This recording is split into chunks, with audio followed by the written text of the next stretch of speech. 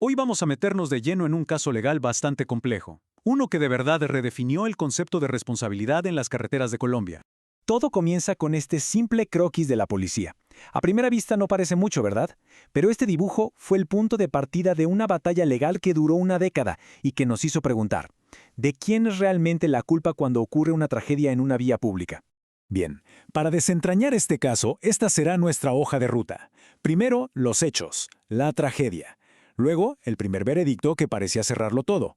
Después, la parte clave, la apelación, donde se reexaminó toda la evidencia. Y finalmente, el fallo que cambió las reglas y la lección que nos queda de todo esto. Empecemos por el principio. Hay que volver a esa noche para entender exactamente qué fue lo que pasó, los hechos que nadie discute. Los hechos son estos. Un bus choca contra un montículo de tierra, uno bastante grande, de 24 metros, que estaba en la berma. Esto hace que el conductor pierda el control, se cruce de carril y se estrelle de frente contra otro bus. El resultado, una persona fallecida. Al principio, el caso parecía bastante sencillo, y el primer tribunal no tuvo muchas dudas, señaló a un único culpable. La primera sentencia fue la verdad muy clara. Dijo que la administración, o sea, el Estado, no tuvo absolutamente nada que ver en el accidente, ni por acción ni por omisión. Básicamente, le lavó las manos por completo. ¿Y cómo llegaron a esa conclusión? Bueno, su lógica fue, el montículo no estaba en el carril, sino a un lado, en la berma. Además, había señales que pedían bajar la velocidad. Por lo tanto, el único responsable fue el conductor por su imprudencia. Caso cerrado. El Estado y sus contratistas inocentes. Pero la familia de la víctima no se quedó de brazos cruzados. Apelaron. Y aquí es donde la historia se pone interesante, porque su argumento fue que el tribunal simplemente no ponderó bien las pruebas. Es aquí donde, como si fuéramos los abogados de la apelación, empezamos a desmontar el primer fallo. La apelación se construyó sobre una pregunta muy potente. ¿Será que el primer juez, en su afán de encontrar un culpable, pasó por alto detalles que eran cruciales? La defensa del contratista, y por ende del Estado, se apoyó fuertemente en esto, que sí había señalización, y además luminiscente, que advertía del peligro. Esta afirmación fue clave en el primer fallo. Pero, ¿era verdad?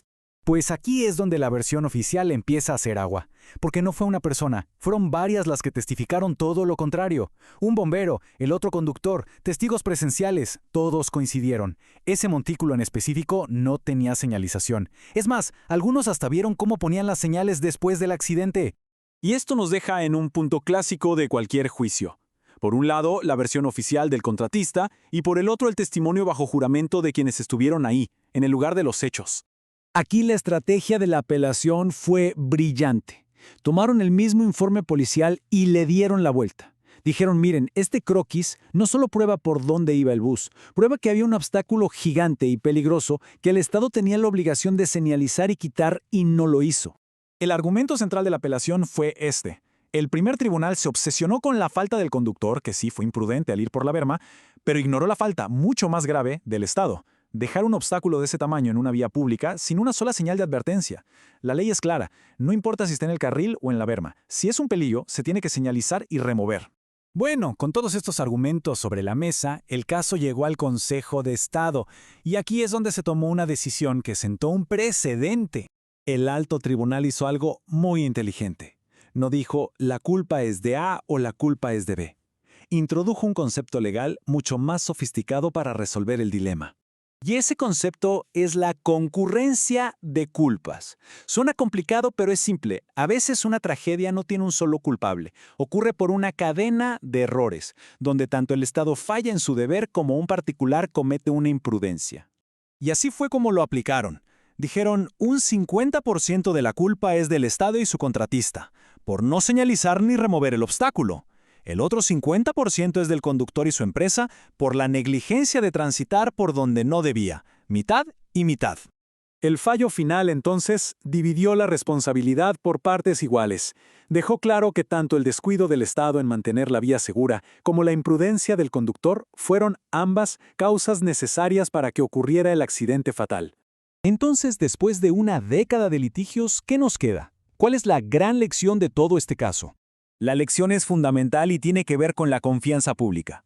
El mensaje es claro, el Estado tiene un deber, una obligación de la que no puede escapar, que es garantizar que las vías sean seguras.